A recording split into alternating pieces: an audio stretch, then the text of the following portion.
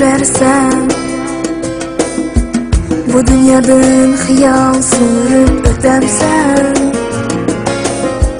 axir vatan yegonidur bilemsen. Aytgin dostum, nima qildim vatan uchun? Xudoyo qo'ydim shuncha jafolarga, har zaratim o'zi kelgan mehmonlarga. Ya bo'ldi avom xalqim qasqirlarga, qarindosh nima qildim vatan uchun?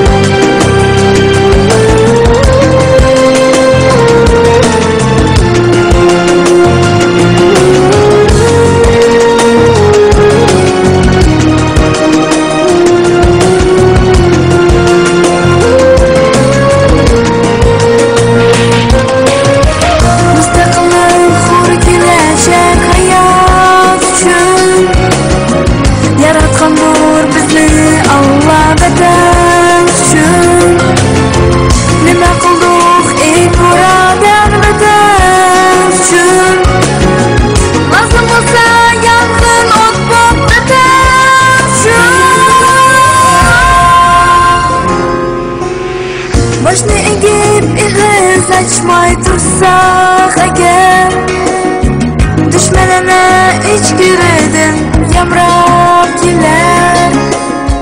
Jahon bilgan Uyg'ur degan noming o'char. Ey zamondosh, nima qildik vatan uchun?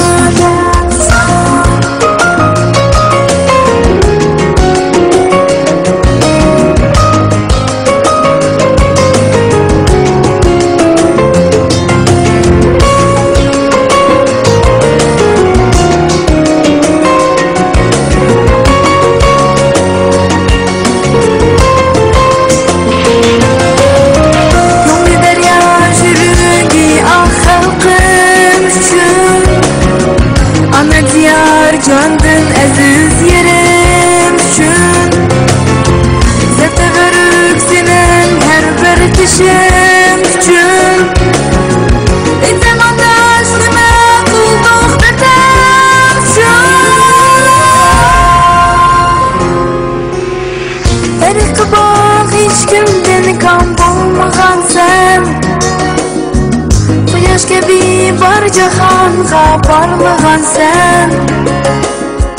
Ay yıldızlık gök bayrağım gel bildigen, Oygan Uygur, oygan endi vatan üçün. Müstakillik, hur gelecek hayat üçün.